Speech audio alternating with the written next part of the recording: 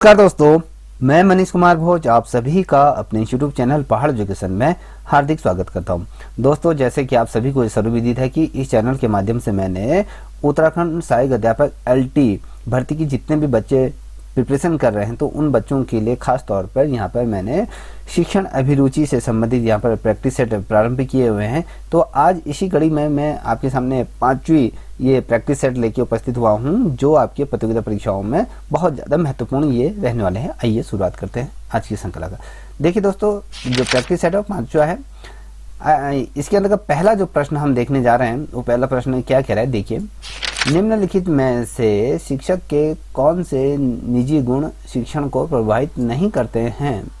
ठीक है, इसको समझिएगा। क्वेश्चन क्या कह रहा है, जब कोई शिक्षक शिक्षण कार्य करता है तो उसके जो निजी गुण हैं, जो उसकी निजी आदतें हैं, वो कहने का मतलब है वो जो शिक्षण की गतिविधियां करता है तो उसको कहीं भी प्रभावित नहीं करता है। ठीक है, वो उसका व्यक्तिगत गुण है या कहें जो उसकी आदतें हैं वो जिसमें शिक्षण कार्य करता है तो उसमें उसके सामने प्रदर्शित नहीं करता है। ठीक है, संवेदनशीलता, सामाजिक कुशलता या दयालुता या प्रबंधन क्षमता, तो इसका जो सही उत्तर है तो दोस्तों वो आपका सामाजिक कुशलता। ठीक है, ये जो उसकी सामाजिक कुशलता है वो उसका निजी गुण है, वो शिक्षण को कभी भी उसको प्रभावित नहीं करता है। देखिए, कोई भी शिक्षक होता है समाज में कैसे रहता है, वो विद्यालय में किस प्रकार से रहता है और अपने घर के अंतर्गत कैसे रहता है, वो उसका निजी गुण होता है। तो वो कहीं भी किसी भी प्रकार से क्या करता है, आपके शिक्षण कार्य को प्रभावित नहीं करता। अब मान लीजिए मेरे को ही ले लीजिए, मैं अभी आपको बहुत साम्यता के साथ सौम्यता के साथ पढ़ा रहा हूँ, तो मैं ऐसा हूँ नहीं हूँ तो ये मेरे पढ़ाने से आपको पता नहीं चलेगा। ठीक है, ये मेरा निजी गुण है।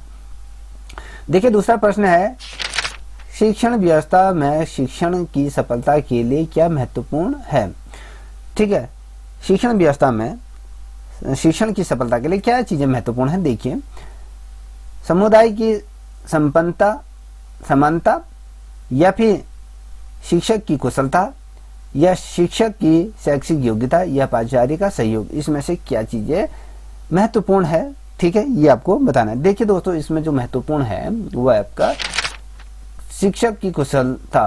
देखिए, जब कोई शिक्षक कुशल होगा, जो पढ़ाने वाला कोई बहुत अच्छा होगा, तब जाके आपके बच्चे जो हैं अच्छा परफॉर्मेंस कर पाएंगे।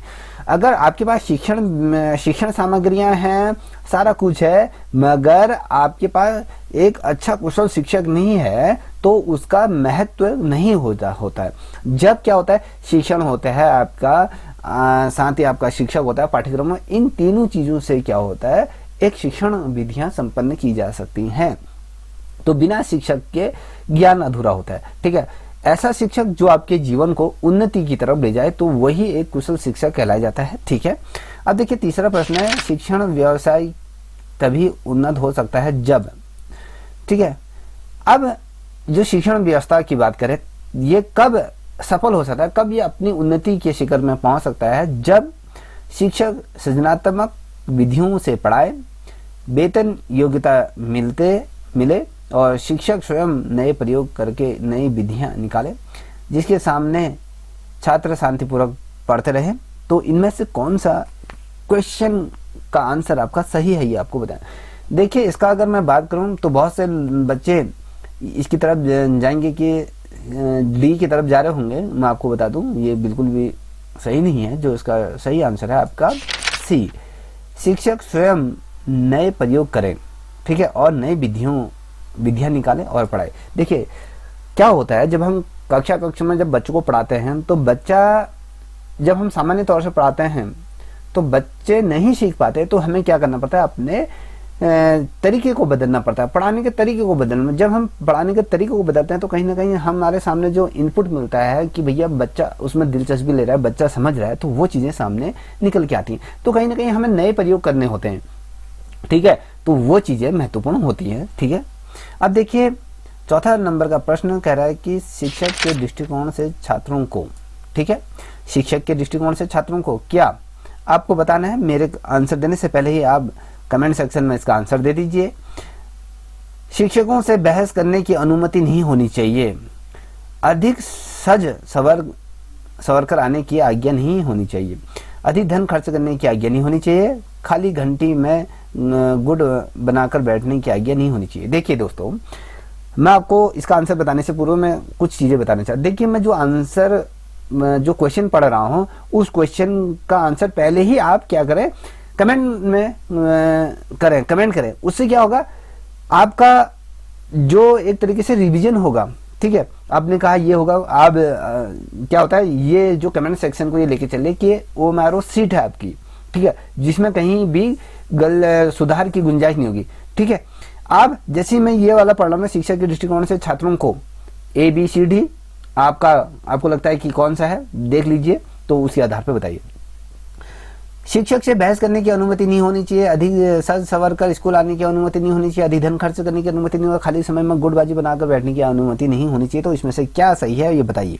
ठीक है, इसमें से अगर मैं बात करूं, अधिक सज सवर कर स्कूल आने की अनुमति नहीं होनी चाहिए शिक्षक के दृष्टिकोण से। मान लीजिए कोई बच्चा जीन्स पहन के आ रहा है, कोई फ्रॉक पहन के आ रहा है, कोई कुछ पहन के आ रहा है, कोई टी-शर्ट पहन के आ रहा है, तो इससे क्या होता है, जो शिक्षा का माहौल होता है वो कहीं ना कहीं डिस्टर्ब हो जाता है। ठीक है, अब पांचवा प्रश्न क्या कर रहा है, शिक्षण की उत्तम प्रणाली वह है जिसमें, अब शिक्षण की उत्तम प्रणाली क्या है, जिसमें प्रश्नोत्तर की आवश्यकता ना पड़े, अध्यापक छात्रों से प्रश्न पूछे, छात्र अध्यापक से शंका समाधान करें और अध्यापक और कक्षा छात्र दोनों प्रश्न पूछें। तो इसमें से क्या उत्तर आपका सही होना चाहिए। देखिए, इसका जो उत्तर सही है आपका डी है, अध्यापक और छात्र दोनों प्रश्न पूछे एक दूसरे से। ठीक है, जैसे मान लीजिए कोई प्रश्न आपको नहीं आ रहा है तो आपने मेरे से पूछा, मेरे को आपको कोई डाउट है तो मैंने आपसे पूछ लिया।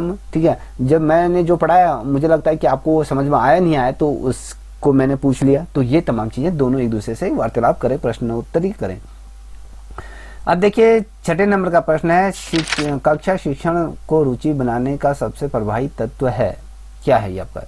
देखिए, हम जब शिक्षण कार्य कराते हैं तो उस शिक्षण कार्य को बहुत अधिक रुचिदायक कैसे बनाया जाता है। जब हम कक्षा में बच्चों को पढ़ाते हैं तो अधिक से अधिक बच्चे पूरा जो आप पढ़ा रहे हो उस पर केंद्रित होकर उस चीज को सुने या उसको मनन करें या आपको फॉलो करें। तो ऐसे में क्या करना चाहिए, पाठ योजना, अध्यापक का व्यक्तित्व या शिक्षण विधियां या पाठ्य सामग्री। तो इसका क्या आंसर है ये आपको बताए। देखिए, शिक्षण विधियां, शिक्षण किस प्रकार से अलग अलग विधियों से हम शिक्षण कार्य करें। ठीक है, कोई पढ़ाकर, कोई हंसी मजाक करके, कोई एक दूसरे से वार्तालाप करा के, ठीक है, इस प्रकार से पढ़ाने की जो विधियां हैं अलग अलग हम उसको अपना सकते हैं। अब सातवें नंबर का प्रश्न देखिए, ये कह रहा है अधिकांश छात्र उन शिक्षकों से पढ़ने के लिए इच्छुक होते हैं, जो बहुत से ऐसे बच्चे होते हैं जो पर्टिकुलर उन शिक्षकों से पढ़ना चाहते हैं जो उसे पहले भी पढ़ा चुके हों, स्कूल में अति योग्य शिक्षक माने जाते हों, उन्हें प्रभावशाली व्यक्तित्व वाले लगते हैं, जो छात्रों की समस्या हल कराने में रुचि रखते हों। ठीक है, इसमें से क्या सही हो सकता है। तो इसमें से अगर मैं बताऊं, आपका आंसर डी। ठीक है, जो छात्रों की समस्याओं को हल कराने में रुचि रखते हैं। देखिए, बहुत से बच्चे मुझे लगता है कि सी की तरफ गए हों, ठीक है, या फिर डी की तरफ, बी की तरफ जा रहे होंगे, मगर वो गलत है। आपका जो सही आंसर है आपका डी। अब देखिए क्या कह रहा है, आठवें नंबर का प्रश्न, शिक्षणार्थ भ्रमण, एजुकेशन टूर की अगर हम बात करें, आप बच्चों से क्या अपेक्षा करेंगे। देखिए, हम कभी किसी बच्चे को एजुकेशन टूर में ले जा रहे हैं, शिक्षण भ्रमण में ले जा रहे हैं, तो आप बच्चों से क्या अपेक्षा रखें। देखिए, बच्चे हर स्थान वस्तुओं को ध्यान से देखें और उनके बारे में शिक्षक से प्रश्न करें, या बच्चे चुपचाप सब कुछ देखें, शिक्षक से कोई प्रश्न ना करें, या फिर बच्चे यदि कुछ पूछना चाहते हैं तो अपने प्रश्न अपनी नोटबुक में लिख लें और बच्चे आनंद से घूमें और शिक्षक को भी आनंद दे। तो क्या सही है इसमें से। ठीक है, तो इसका जो सही आंसर है, जो पहला वाला जो प्रश्न है, बच्चे हर स्थान व वस्तु को ध्यान से देखें और उसके बारे में शिक्षक से पूछें। ठीक है, मान लीजिए कोई बच्चा यहाँ से दिल्ली जा रहा है, उसने लाल किला देखा या फिर आपका जो इंडिया गेट देखा, तो उसके बारे में अगर उसमें नाम खुदे हैं तो क्यों नाम खुदे हैं, जिज्ञासा होनी चाहिए, शिक्षक उस चीज़ को बताए कि ये नाम इसलिए खुदे हैं। ठीक है, अब देखिए 9वें नंबर का प्रश्न कह रहा है कि शिक्षण सफल होता है जब, शिक्षण कब सफल होता है, शिक्षण विधियाँ कब सफल होती है, ये आपको बताना है। शिक्षण सफल होता है जबकि विद्यार्थी समस्यात्मक परिस्थितियों के प्रति प्रतिक्रिया सकारात्मक ढंग से करते हैं, विद्यार्थी परीक्षा में पास कर लेते हैं, या फिर विद्यार्थी यह अनुभव करते हैं कि उन्हें कुछ सीखा है, या अभ्यर्थियों को कुछ अच्छी नौकरी मिल जाती है। तो इसका जो सही आंसर होगा वो क्या होगा? आप सभी को जो सोच रहे हो बिल्कुल सही सोच रहे हो। ए, जो विद्यार्थी समस्यात्मक परिस्थितियों के प्रति प्रतिक्रिया सकारात्मक ढंग से करते हैं, ठीक है, ये होता है। अब देखिए 10वें नंबर का प्रश्न है, शिक्षण एवं सीखना होता है। शिक्षण और सीखना होता है, क्या होता है? केवल कक्षा के कमरे में, कक्षा के कमरे में और घर दोनों में, केवल घर में, ना तो घर में ना ही कक्षा के कमरे में, तो कहाँ पर? देखिए अगर इसका सही आंसर होगा तो ये आपके जो कक्ष के कमरे के अंदर भी हो, बाहर भी हो, दोनों।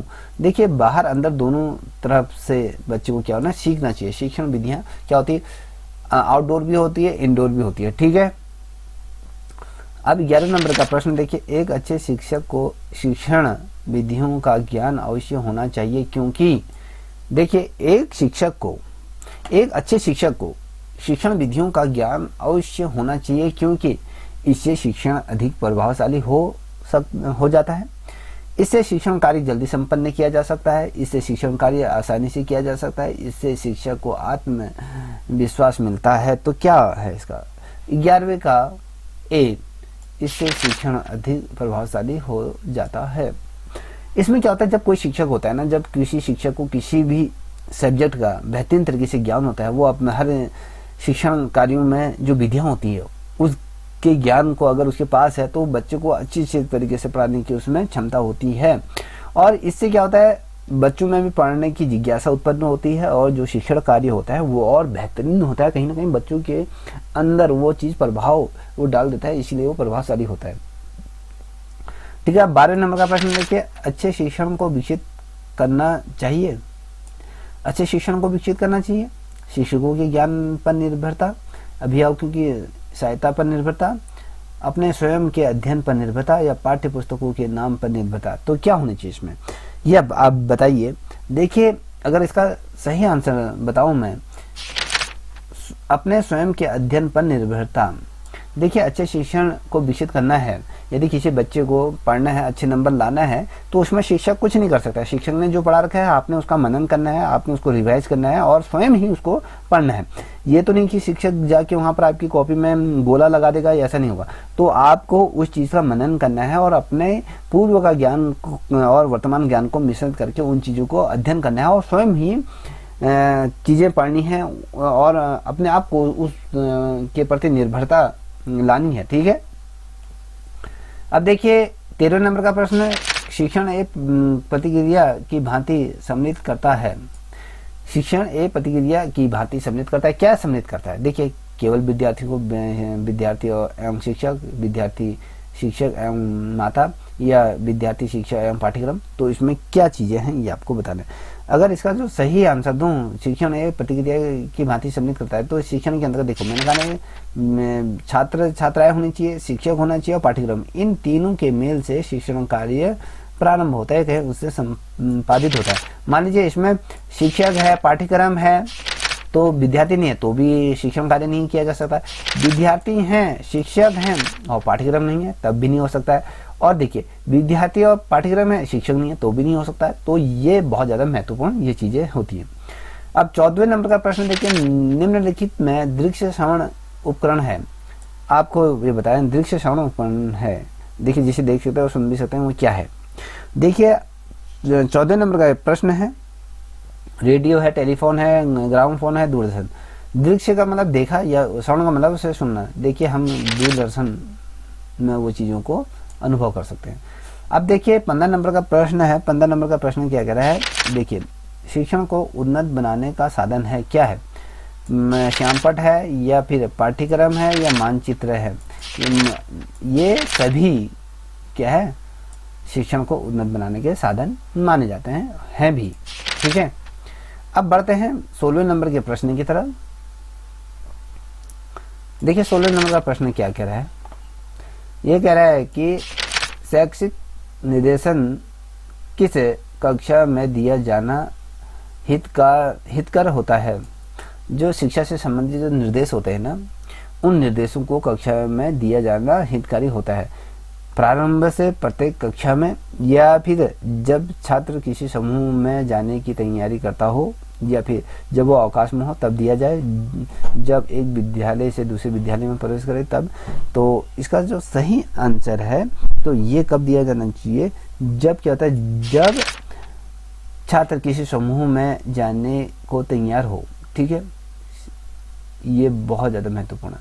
हम निर्देश कब देते हैं, मान लीजिए आप खो खो खेलने जा रहे हो या आप गेम्स खेलने जाते हो या आप सिंगिंग करने जा रहे हो या आप जो आपके कल्चरल प्रोग्राम होते हैं तो उसमें जाते हैं, तो आपके शिक्षक आपको दिशा निर्देश देते हैं, आपको ये चीज़ें करनी वो चीज़ें। आप मान लीजिए आपको गेम खेलने जाना है, आपने 100 मीटर की दौड़ में, आपके जो टीचर आपको वो दिशा निर्देश देंगे कि भैया आपको इतने मिनट में दौड़ फिनिश करनी है और इस प्रकार से दौड़ना है, आपके शरीर को इतना आगे पुश करना है, 1 2 3 काउंट होते ही आपको पूरा कॉन्सेंट्रेट होकर दौड़ना है, अगल बगल नहीं देखना है, सिर्फ आपके लक्ष्य पर ध्यान देना है। तो ये जब क्या चीज़ें होती है, जब छात्र किसी समूह में जाने की तैयार करता हो तब ये दिया जाता है। ठीक है, अब 17 नंबर का प्रश्न, वे सभी साधन जिन्हें सुनकर बालक पाठ को सरलता और शीघ्रता से सीख सके वो कहलाता है, क्या कहलाया जाता है।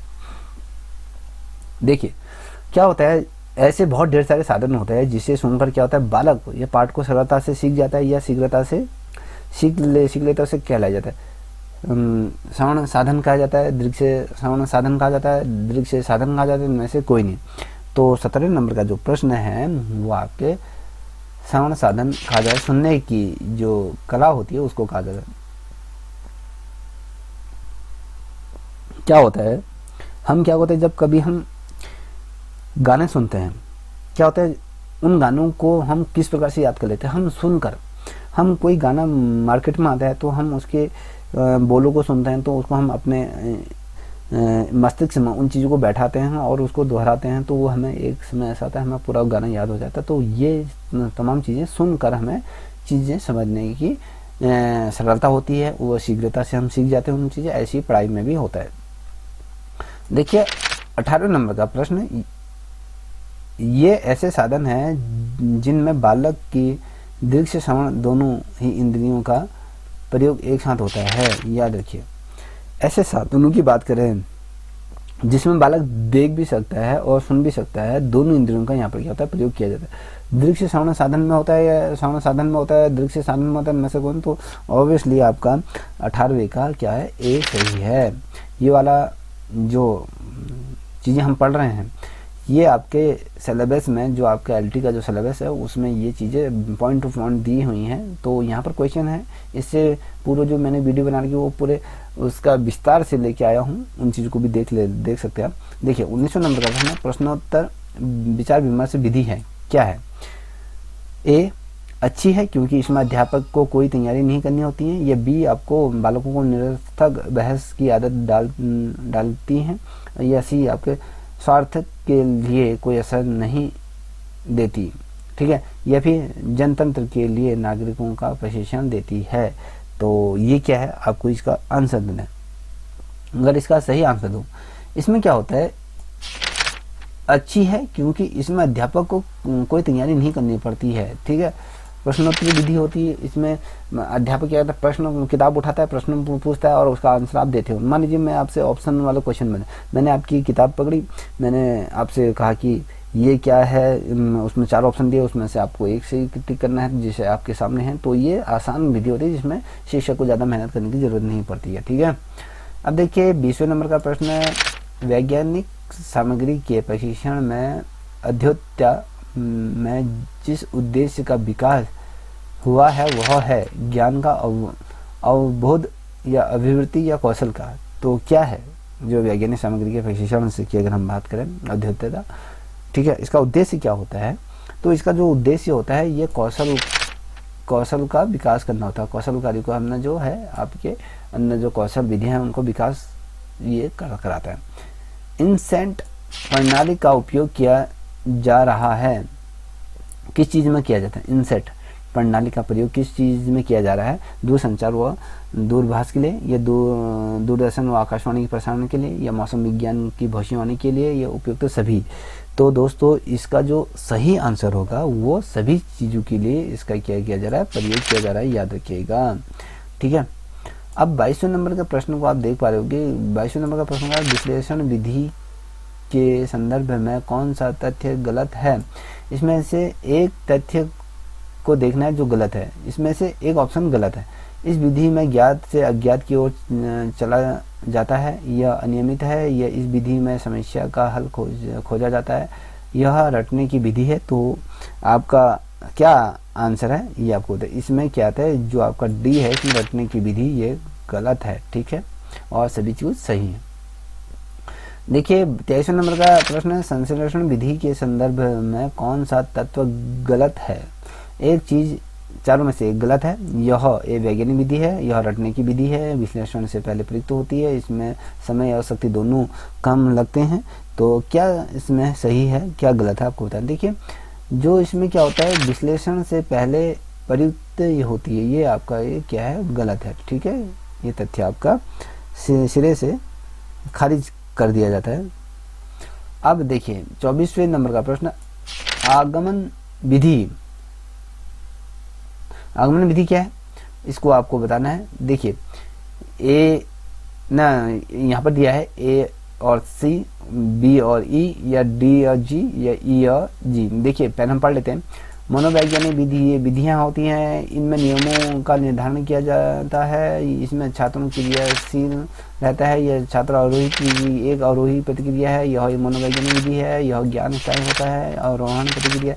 तो इसका क्या कौन सा गलत है इसका? देखिए इसमें जो कथन गलत है उसको आपको छांटना है। देखिए ई और देखिए पहले ई वाले इसको देख ले, ई और जो जी है ये आपकी गलत है। देखिए एक अवरोही प्रतिक्रिया है, बिल्कुल गलत है, और ये मनोवैज्ञानिक विधि है, ये गलत है। ठीक है, इसका जो राइट आंसर है आपका डी। अब 25वें नंबर का प्रश्न देखिए, निम्न में से व्याख्यान विधि का पद नहीं है, क्या है? व्याख्यान विधि का पद नहीं है, तैयारी, प्रयोग, प्रस्तुतिकरण या मूल्यांकन, ये आपको बताना है। देखिए प्रयोग, ठीक है, प्रयोग नहीं किया जाता है, इस तैयारी बिल्कुल की जाती है। ठीक है, व्याख्यान विधि के लिए प्रस्तुतिकरण प्रस्तुत किया जा सकता है, फिर उसके बाद मूल्यांकन किया जाता है, और जो इसका सही आंसर है इसमें आपका बी आपका सही आंसर है। ठीक है, अब चलते हैं 26वें नंबर के प्रश्न की तरफ। 26वें नंबर का प्रश्न क्या कह रहा है? मूल्यांकन विधि का चुनाव करते समय शिक्षक को निम्नलिखित बातों का विशेष ध्यान रखना चाहिए। जब शिक्षक मूल्यांकन विधि करता है तो उसको किन चीज़ों का ध्यान रखना चाहिए? छात्रों की रुचि का, छात्रों के गृह कार्य का, या छात्रों के आत्मविश्वास की भावना पैदा करने का, या फिर विधि अथवा समाधान होने का। तो कौन सा सही है इसमें ये आपको बताना है। ठीक है, 26वें नंबर का है ये। देखिए दोस्तों इसमें क्या है, विधि और अथवा साधन वैध होने का। ठीक है, ये आपका डी एकदम सही है। देखिए 27वें नंबर का, समान दृश्य का उपयोग निम्नलिखित में से किस आधार पर महत्वपूर्ण है? ज्ञानेंद्रियों का संबंधित ज्ञान से साकार, या आकर्षण और रुचि स्पर्श, या कम समय में अधिक ज्ञान, या शिक्षक को ज्ञान स्पर्श करने में सहायक। तो इसमें से क्या ये सही है ये आपको बताना है, जल्दी बताइए। देखिए दोस्तों इसमें जो सही आंसर है इसका, इसमें क्या होता है, ज्ञानेंद्रियों का जो संबंध ज्ञान से साकार, ठीक है, साक्षात्कार कराता है। ठीक है, किस चीज़ का साक्षात्कार कराता है? ज्ञानेंद्रियों का जो संबंधित ज्ञान से साक्षात्कार है। जो हमारे ज्ञानेंद्रिय हैं और जो हमारा ज्ञान है उससे कहीं ना कहीं रिलेटेड उस चीज़ को ब्रॉड रूप में प्रस्तुत करता है। ठीक है, उसको हम साक्षात्कार हम लोग को समझते हैं। 28वें नंबर का प्रश्न देखिए, शिक्षण एक त्रिआयामी समन्वित रूप है क्योंकि इसका अंग होता है। क्या होता है? शिक्षक, विद्यार्थी, पाठ्यक्रम या फिर सभी। इसका जो सही आंसर होगा आपका 28वें का डी, ये सभी चीज़ें इसमें विद्यमान होनी चाहिए, ये सभी। ठीक है, अब 29वें नंबर का प्रश्न देखिए, 29वें नंबर का प्रश्न क्या है, शिक्षण में मूल्यांकन के प्रमुख कार्य हैं। निदान, उपचार, शिक्षण में सुधार, या उपचार प्रगति परक, या शिक्षण में सुधार, या निदान प्रगति परक शिक्षण में सुधार, या उपचार निदान प्रगति परक, ये क्या है इसमें, ये आपको बताना है।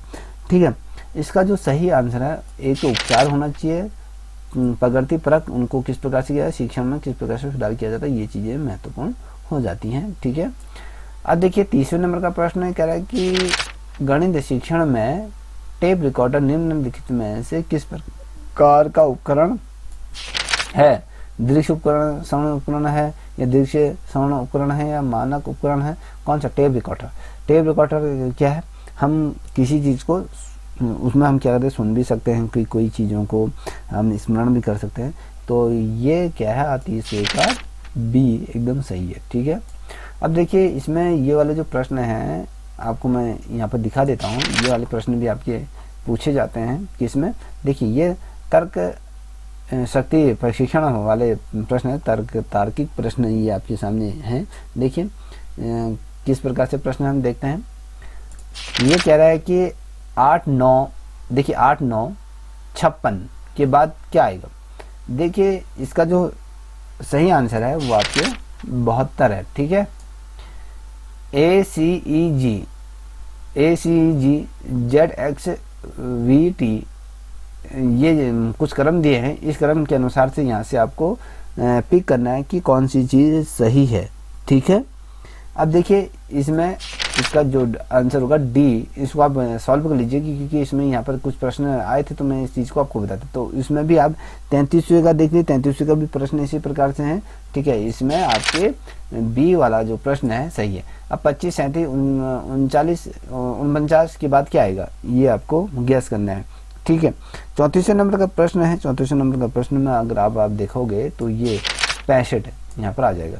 ABC ये जो एक क्रम में जो दिए हैं तो उसी क्रम में आपको यहाँ पर ये चीज़ें देखनी है। तो इसमें देखिए देखिए ABC ZXYEGFH यहाँ पर दिया है,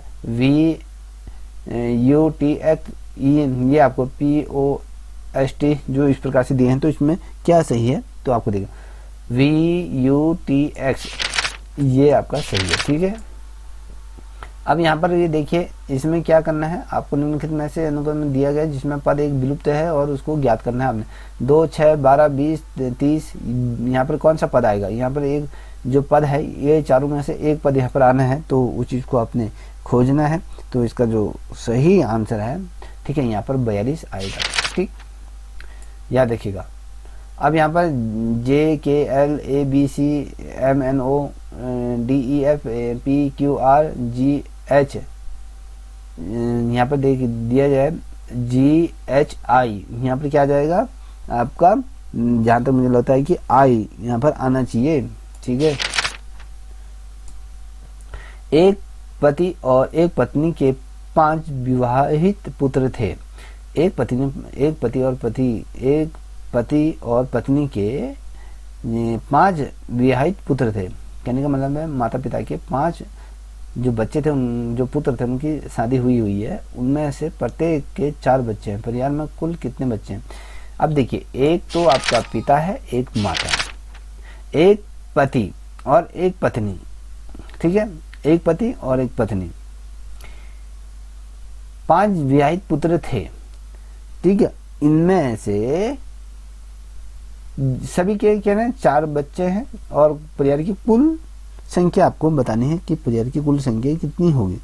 ठीक है, देखिए एक आपका माता पिता हो गए और 4 आपके क्या हो गए, जो 5 आपके क्या हो गए बेटे हो गए और 5 बहुएं हो गई हैं, और 4 आपके जो आपके प्रत्येक के 4 क्या हैं बच्चे हैं। तो 5 को 20 वहाँ पर देख लीजिए, तो टोटल जो स्ट्रेंथ आएगी आपके 32 आएगी। ठीक है, अब जो ये भाषा दी गई है, कूट भाषा दी गई है, तो इसका आंसर इस प्रकार से लिखा हुआ है। तो पेरेंट्स का भी, ये प्रेसिडेंट का भी क्या लिखा होगा, तो इस प्रकार से आप देख लीजिए। तो इसका जो सही आंसर होगा आपका ये होगा। ठीक है, सी। देखिए दोस्तों, आपको ये वीडियो कैसी लगी आपकी परीक्षा के दृष्टिकोण से। यदि आपको अच्छी लगी हो तो प्लीज़ इस चैनल को लाइक शेयर सब्सक्राइब अवश्य करें, शांति अपने दोस्तों के साझा करें। तब तक के लिए इतना ही। जय हिंद, जय भारत, जय उत्तराखंड।